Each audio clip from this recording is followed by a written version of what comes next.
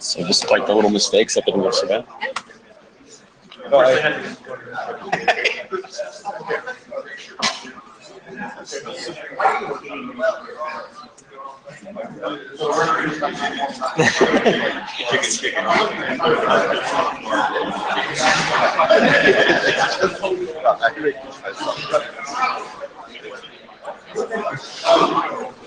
I see you around. I do.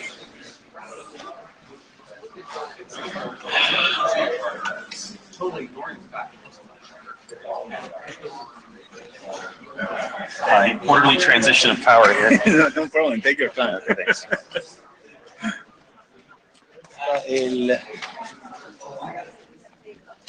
This is Collins. No problem. There might be some good stuff on there. I don't know. Yeah, I'll take it. I'll just go ahead. Let's send some emails. Might be worth something for my promo. Might be worth something.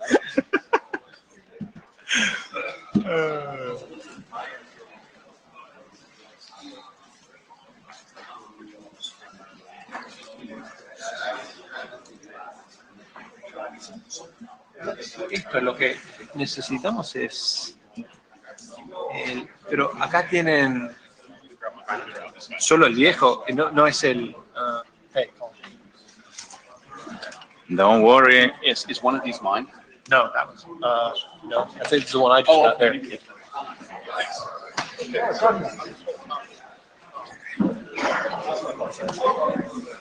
Pero lo que necesitamos es El proyecto. Vamos. Bueno, si no me mandas un email y. A ver.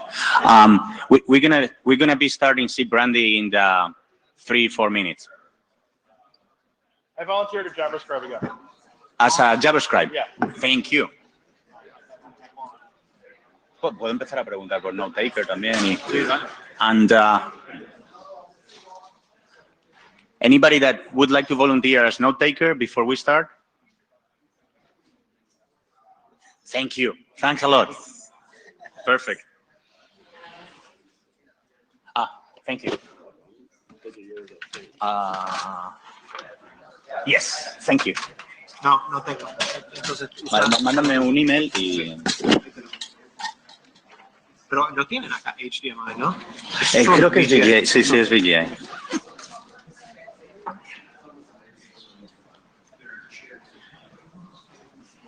Y John nos ha mandado... John, you sent us the slides, right? Ya los puse. Okay. Ya están posted y todo. Vale. Incluso preferís que las pausas ahí las sacas de ahí mismo. Si me puedes mandar todo por email, mejor. Okay. Si no, lo bajo yo. Muy bien. So we are changing laptops because it only supports VGA.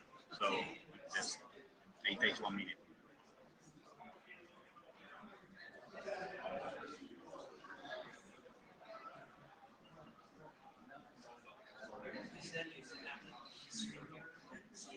Yeah. It does make a difference. No, it's not the best. Do you like this? Ok, ya las puse ahí en el coso y ahora te las mando por email. Exacto.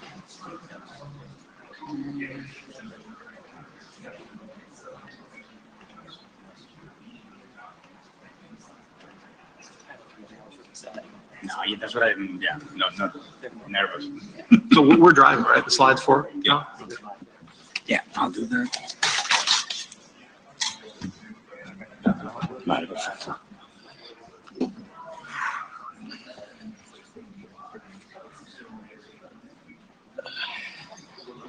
A ver. Joder, tarda bastante en llegar, ¿eh?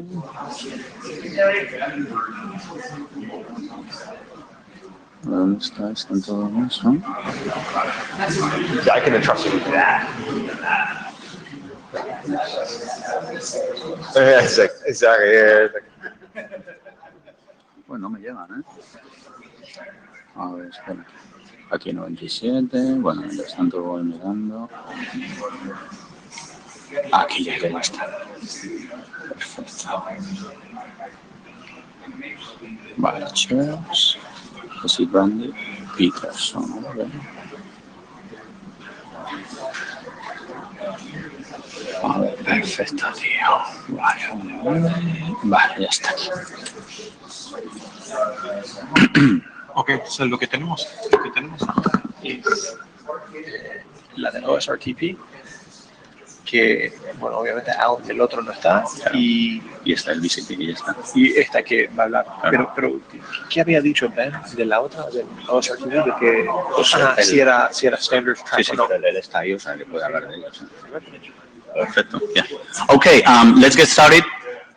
They only have VGA, so we had to change laptop actually. So welcome to the Sipbrandy working group. But we need to write the, yeah. Okay, so we have a JavaScript and volunteer to take notes. So thank you very much. So we don't need that. If somebody can be in the Java room and relay comments to the mic, that'd be great as well. That's true, actually. Okay. Okay, so this is the note well. You should be familiar with that. If you are not, just go off and read it. And this is the agenda we have for today. The status of the working group also is that, as you know, we have 2 drafts, and there's basically nothing that has happened since last time we met in Berlin. The OSR RTP draft, we're not going to have a presentation because Alan couldn't be here, Andy couldn't be here. So, I mean, and there was nothing new to present, basically. And John is going to be giving a presentation on the BCP.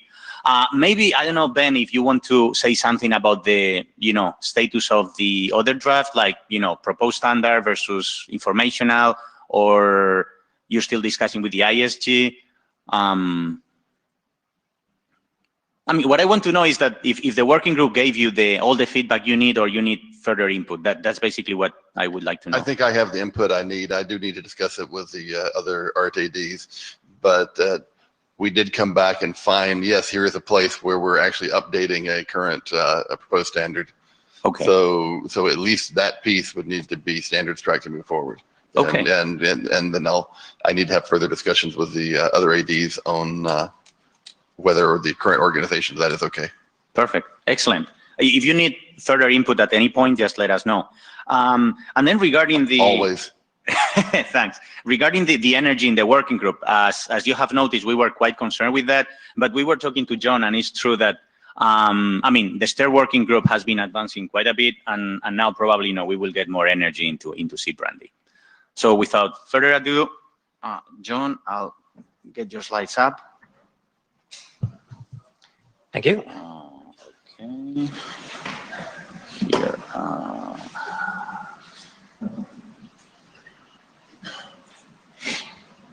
Yeah, honestly, I hope we don't need that much energy. And in fact, I think we don't, in the sense of I think there is a limited amount that we still need to do here, and we will be able to do it. I need to get this relatively fixed. Okay. Please, next slide. So for those of you who are walking in here for the first time, just walked in off the street, have no idea what this working group is about or what we're doing.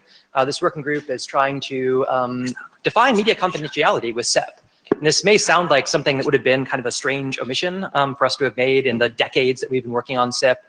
In fact, though, what we're trying to identify are, given the kind of the Swiss Army knife of security services that are available in SIP, how do you combine those in order to actually be able to get privacy and confidentiality, which is largely motivated by PRPAS, by concerns about pervasive surveillance. And so we're looking at what techniques will cause basically the most VoIP traffic to be encrypted that we can.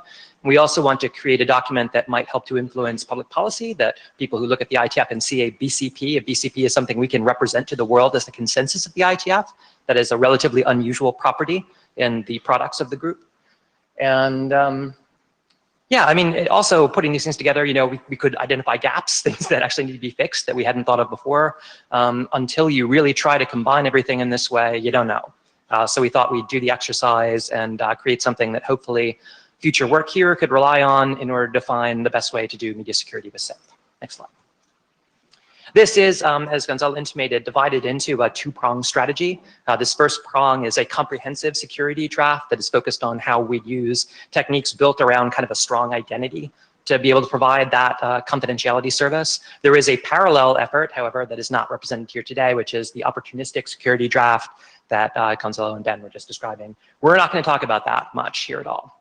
Next slide. So we didn't do absolutely nothing since last time. I did at least like iterate this draft. I think it was iterated twice since last time, wasn't it? So we made it a working group item, and then I actually made a couple of changes like right before the deadline. But That's fair. Yeah. as Gonzalo suggested, this is largely because like what STIR has been, and STIR is the fundamental underpinning of this work, has been really rapidly changing over the last like 4 months. And as a consequence, I mean, now that we've got this nailed down, I think, into a slightly more stable place, I think we're in a position to then apply what those changes have been to the Sipbrandy work. I think I've done a lot of that in this revision, actually. And my hope is that there won't be a lot to do after this, that actually, you know, most of what we need to do is probably done at this point. More significantly, beyond that realignment, we did have a discussion last time in Berlin. There were a couple points in that discussion that came out of it that are noteworthy. One, you know, in the original draft, we had a pointer to PERC, to kind of the double work that's going on there. We removed that since last time people said this is really not mature enough to be something that we would point to at this time. So right now we kind of defer to any of these kinds of, you know, conferencing solutions or trying to figure out ways that multiple parties can maintain confidentiality while still using a central bridge. That is now punted to them. That is not going to be in the scope of this BCP. We also removed much about OSRTP. We used to have kind of statements in there like, you must do what we're talking about here, but you may do a bunch of other stuff that's actually discussed in like Alan's draft. And based on our conversation last time, we don't say anything about that really anymore. We just kind of took all that out, and like you can like read Alan's draft to figure out how to do that. We tried to put in some better text about anonymity and its STIR interaction as well, and a bit more about like self-signed certs and things like that too. But these are, I think, the substantial changes, just aligning it with the ongoing work in STIR, removing the things we agreed to in Berlin, and then just bolstering a little bit of the certificate management stuff. I do have a couple questions though for the room, so I hope you're paying attention. There are things that I think we can profitably discuss in what little time we have today, so please do follow along. One thing that I think that has emerged largely from Shaken, actually, is this concept that we're profiling STIR in certain ways for particular applications. And I've tried to retool this document to talk about the work of Sipbrandy as a STIR profile. We're taking STIR as its baseline and applying it to this problem of doing media security. The best way to extend STIR for a profile like this, when you really want the other side to like understand the extension, is to use this passport type parameter that we created for Passport. Passport is the object format that STIR uses to provide its integrity protection over elements of SIP requests. And as a consequence, we've now defined one of those for this. The extensibility model is actually something that Chris and I like messed with incessantly over the last 6 months or so. Now that that's stable enough, I think I can articulate what the right way is to do it for this. And so this is my idea. But what we have now, there's an MSEC passport type, and this is something that would be signaled in the passport as well as in the corresponding SIP header that carries the signature of that passport. And this basically allows the endpoints to negotiate support for this profile. It requires that the verifier, well, okay, the way we've defined the profile, it requires the verifier must fail the request if there's a signature violation. This is not a property that is intrinsic to Passport. In fact, you know, all of SIP identity and Passport is pretty forgiving, right, about what local policy can be. Like if you get an identity header and the signature is broken, if it's not your policy that you should reject the request in that instance, you don't have to. Well, this is different because for Sipbrandy, you actually are trying to create, you know, an environment where you don't necessarily want to fail back. This is when someone is originating a SIP request, they want media confidentiality, they want the request to fail if that confidentiality is not available. That's pretty much how we define the profile on this. I'll have a few weasel words about that later on that I'll talk about, but that is not a constraint of baseline STIR, and that is something that is different about this MSAC profile of STIR. Now, we want this to be end-to-end. That's also really different from the way STIR works. STIR has this concept of an authentication service and a verification service. Those could be instantiated in a user agent or an intermediary, or actually in all kinds of external entities and weirder STIR architectures that we have at least daydreamed about. Here, you know, we want it to be end-to-end. I think we can make sure that, you know, MSEC gets to a verifier and the verifier can know that MSEC was used. It's a much tougher question to really prove, like, was it done by the originating UA or not? I'll have some things to say about that, but it's a little sketchy. And so we'll have some questions for the group about this as well. Next slide. This is just kind of a recap of what it is that we took out in terms of the previous maze and so on for things like ZRTP or like alternative keying mechanisms we're exploring for SRTP here. What we really say now, and this is the MTI of the BCP, is use DCLS SRTP. Like that's what we're saying you're going to use.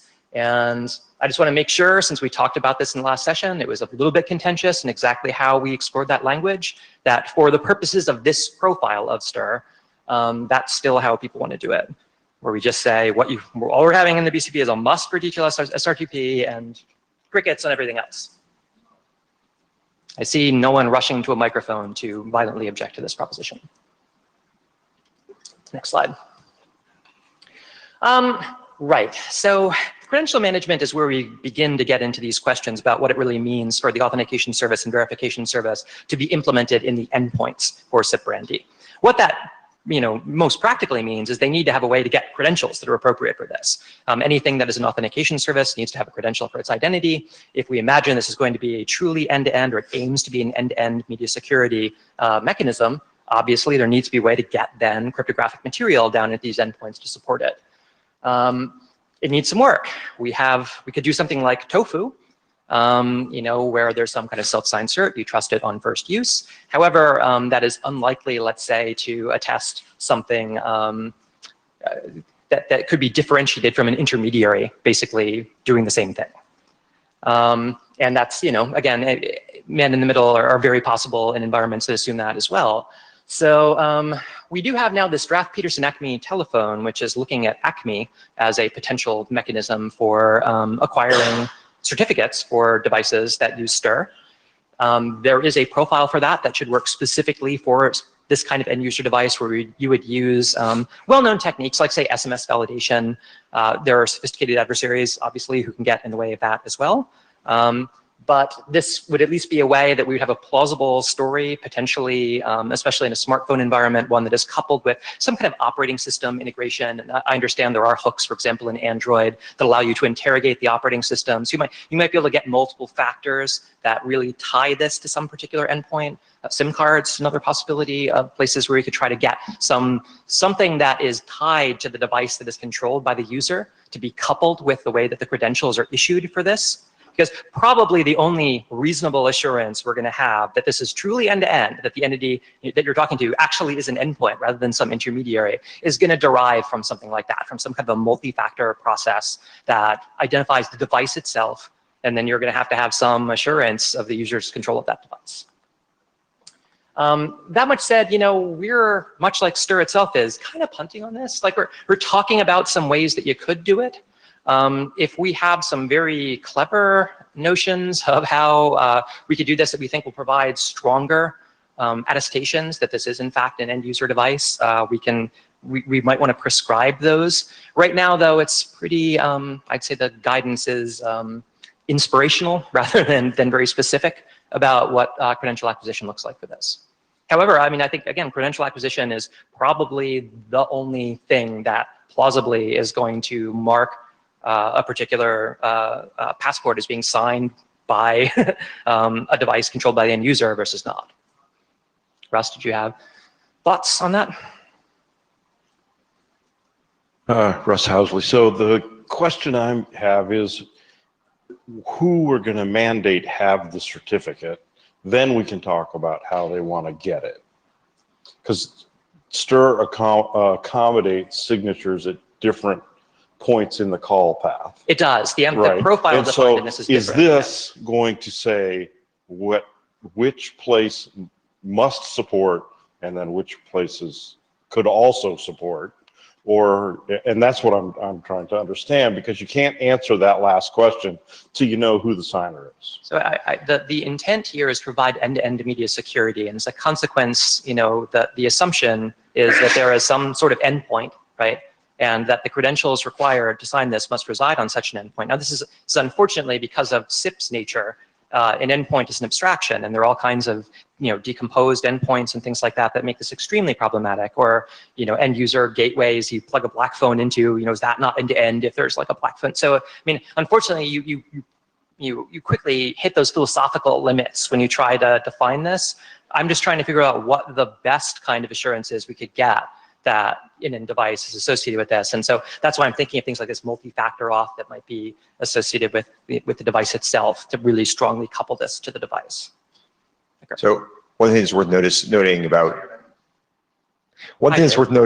the about this last point about service provider certs is that transparency mechanisms like CT potentially alleviate some of those concerns, right? Fair enough. Namely that, so Mhm. to what extent depends on exactly how they're deployed. No, it could make a lot of sense for this actually to have a ledger for this. Yeah. Yeah. Ellen, did you have something? Apologies. Just to sort of meta level, I don't think we necessarily have to prescribe that you couldn't do that other ways, but I think that we do need some way that we say you'll have that'll work, because this solution is sort of laughable without it. This is the hard part of it. So if we're going to put together a solution that really all hangs together, we don't have a solution unless we have some answers to this problem as well. So I think it should be within our scope to solve this. And I get all the, I don't know how to bar, solve though. it. It's a different bar. Like TLS doesn't have to meet that bar, right? Like we don't ask TLS to solve how you get the certs for it in the standard. So I mean, it's an unusual bar for the IETF. I know we want to try to give some reasonable guidance for this, right? And maybe there, again, I'm really poking at here, is there better guidance we can give than we ordinarily do about this? Fair enough. Okay. Chris? Chris went. I guess you don't mention explicitly, but service providers obviously have to follow legal types of requests where we do have to do man in the middle. Yep. So that's actually one case where if a service provider was ever going to adopt something like this end-to-end media security, which can be a good thing, we sort of have to be able to, at least for certain calls, do some legal things. So just to point that out, I'm sure you already thought of that, but there is some language in there about Sipbrandy, right, which is an example anyway of a mechanism that was designed for that purpose that we standardized in the IETF. Where you kind of fork basically the media coming out of the endpoint to two devices, one of which has end-to-end confidentiality over the internet, the other of which goes to the recording entity that's required by CLIA or whatever. So I mean, I think there are solutions to that. This particular mechanism, and this is going to be true of anything that kind of follows the per pass mandate, is looking at just enabling that end-to-end media security between two endpoints. And so, yeah, it is necessarily going to be antagonistic. I fear this would not be something that people be looking to service providers like help this happen in this instance because of that very, very question. No, I understand that. I mean, it could be just in the domain of I want end-to-end SIP media security, and that's it. But if you're talking about service providers there, and I'm assuming that it would be beneficial if there was some way in the future that this could happen. But, you know, the problem is we do have man in the middle requirements there. So. You do. Well, really on the slide, I'm just noting that concern. Again, the per pass threat model understands that certainly, and that's what we're coding to here basically in the standard. Next slide. Leaving that one aside for the moment, on connected identity. So one of the interesting properties of STIR is that it only works on requests. You cannot sign responses in STIR. There are a number of historical and technical reasons for that. Back in the day, John Elwell hacked together the connected identity draft to try to remedy this. I've kind of looked it over a bit because basically we need the same thing for this. Ultimately, because we need the two endpoints to both originate signed identity headers, basically using STIR. We need them to use something like connected identity. Connected identity, among other things, relaxes the requirement that you maintain certain dialog tags, like the same from header field that was in the same to header field as in the original request, things like that, in order to be able to show, especially for mid-dialog requests, for early responses and things like that, that what the actual target was that a call reached. And this is really necessary for any of this to work because you need to sign for that identity. And if that identity was in fact not in your administrative domain because this call was forwarded to you, you literally wouldn't be able to sign it unless you're changing those identifiers.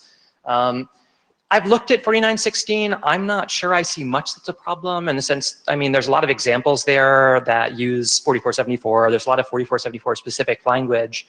I'm not sure there's enough that it warrants like an update. But I'm interested in the opinion of I'd like someone other than me, like who's here to like read it at some point and see if that's also their assessment. I just didn't see a lot that looked like it needed to be repaired apart from examples. And given that, I was like, well, I mean, would Jonathan? Jonathan, could examples go in one of the other drafts then the reference that, the other way around, sort of this shows how you'd use 4916 with the thing we're defining now? We could definitely do some examples in this. That's one of the many things we probably add when we think we've got the story baked properly. Can we get a volunteer to look into this? Hello? Everybody's doing email. So John is asking for help on having a look at that from that point of view. You can read it, the second sub-bullet. Yeah. What we need is somebody who can read 4916, who has some familiarity with what's in 4474 bis and how it differs from 4474, and say, okay, given the deltas between 4474 and 4474 bis, is there anything we actually need to change about the connected identity mechanism? Let's not focus on whether it, uses the term identity info right in places. So there are things that were deprecated in 4474 bis.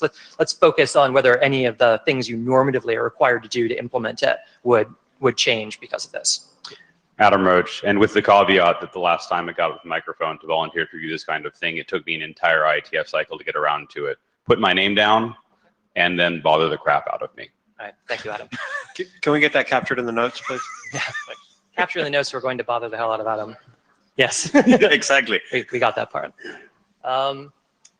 Also be aware, there are some hard edges around retargeting, right? I mean, I wrote a draft about this way back in the day that was called the unanticipated response draft that I refer to all the time since then, that we never made an RFC, but that basically asks this question you see posed in the bullet here. Wait, I didn't mean to call this person. Why are they my connected identity? Like, you kind of throw SIP invites over the wall and they get routed and you don't know why things are forwarded or what happened in the network. Now, there have been a number of drafts that have addressed this over the years, history info, diversion, things like this, and they have various levels of uptake in the marketplace.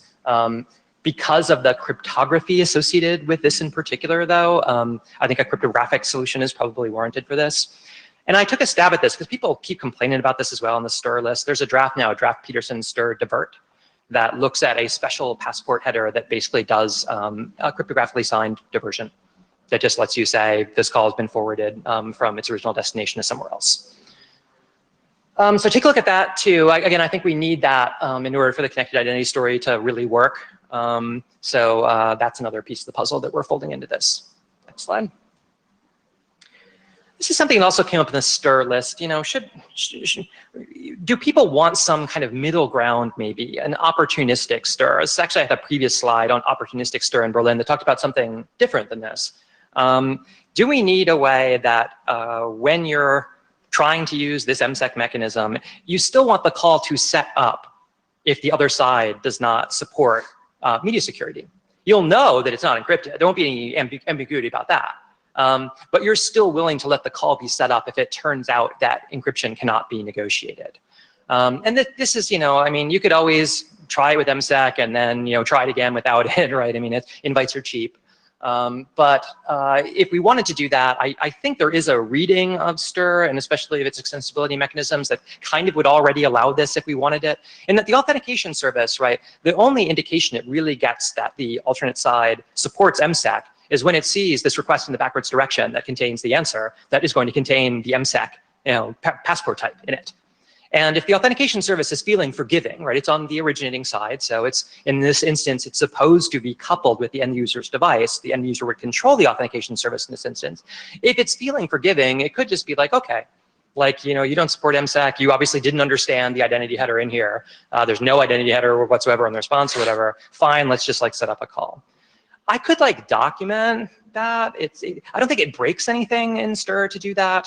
But I was curious if people thought that was even worth documenting, or if we want to take a strong stand and say, actually, when you're using MSEC, don't do that. That's the alternative, right? We could say, if you send MSEC as an authentication service and you get back from the other side something with no identity header with MSEC in it, you must fail it, right? I don't think we quite say that yet. We could. Right now, it's just a bit ambiguous. I think that is Cullen, then Krister, then Jonathan. Hey, John, actually, one question though. So this is Gonzalo from the floor, but document it in this draft is what you're talking about. Yes, it's not documented in the draft today. Cullen James. I mean, I think we should describe something like this. When you look at practical deployments, they have to figure out how to solve this problem, and they'll all do it differently, and we won't like the answer, and they'll paint us into corners that we can't get out later if we don't end up describing this. So I would prefer to describe it and then decide whether we say, we truly hate this, but no, you'll do it anyway, all in caps. I mean, that may be the category for it, but we can decide that later, but we should have some text that says it. Krister, thoughts?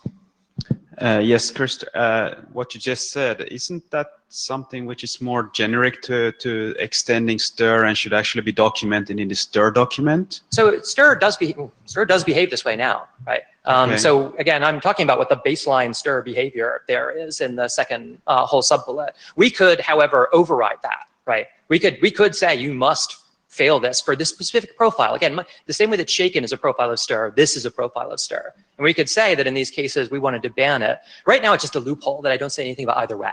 And I observed this loophole existed because people like Dave Franco are asking on the stir list, is there a way to do this opportunistically, right? And I was like, Yeah. well, you could. So, I mean, I think the question is, if we say nothing, we're still allowing it. We could, instead of saying nothing, explain how to do it, right? And say, this is, by the way, this loophole exists, feel free to exploit it. Alternatively, we could say, you can't do it and make it a must not for this profile. Yeah.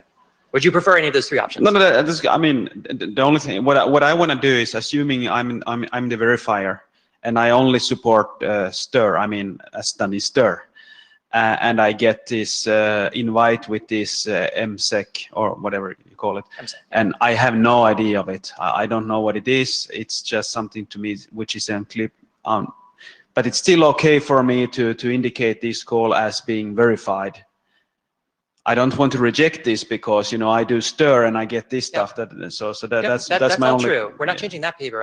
Really, the only behavior would be back on the authentication service side. Right. The change here, if we were to make a change, it would be that when the verifier side sends back the response to the invite, if that doesn't use MSEC, we could say, because the originator of the call doesn't like that, you have to fail it. Yeah, sure. Then the Right, that originator would be- can do whatever Yes, it wants. yes, yeah, exactly. yeah. This is not a verifier behavior question, actually. It's an originator side behavior.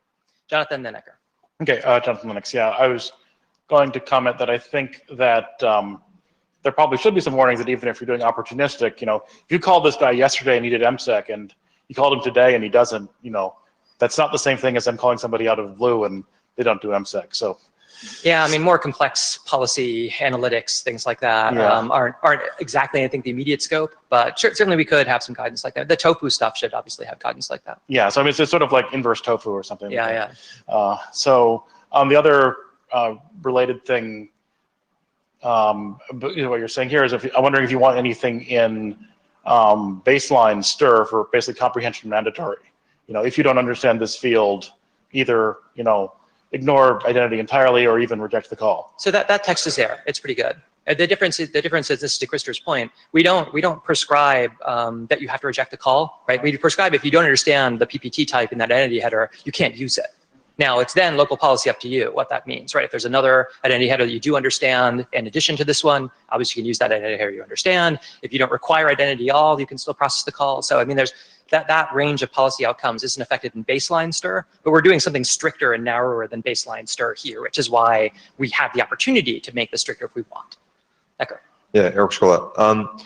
Yeah, I mean, I think that it's going to be pretty common to have a situation where you emit this stuff and their guide is like, I've never heard of this crap. Yep. So I don't see how we don't, I don't know how much we have to document this loophole versus simply allow it to continue to exist. Well, but, that's one of the questions I'm asking. yeah, I guess I think that you offer three possibilities: one, pass on silence; two, document; and three, forbid. I think forbid is clearly like not a good plan.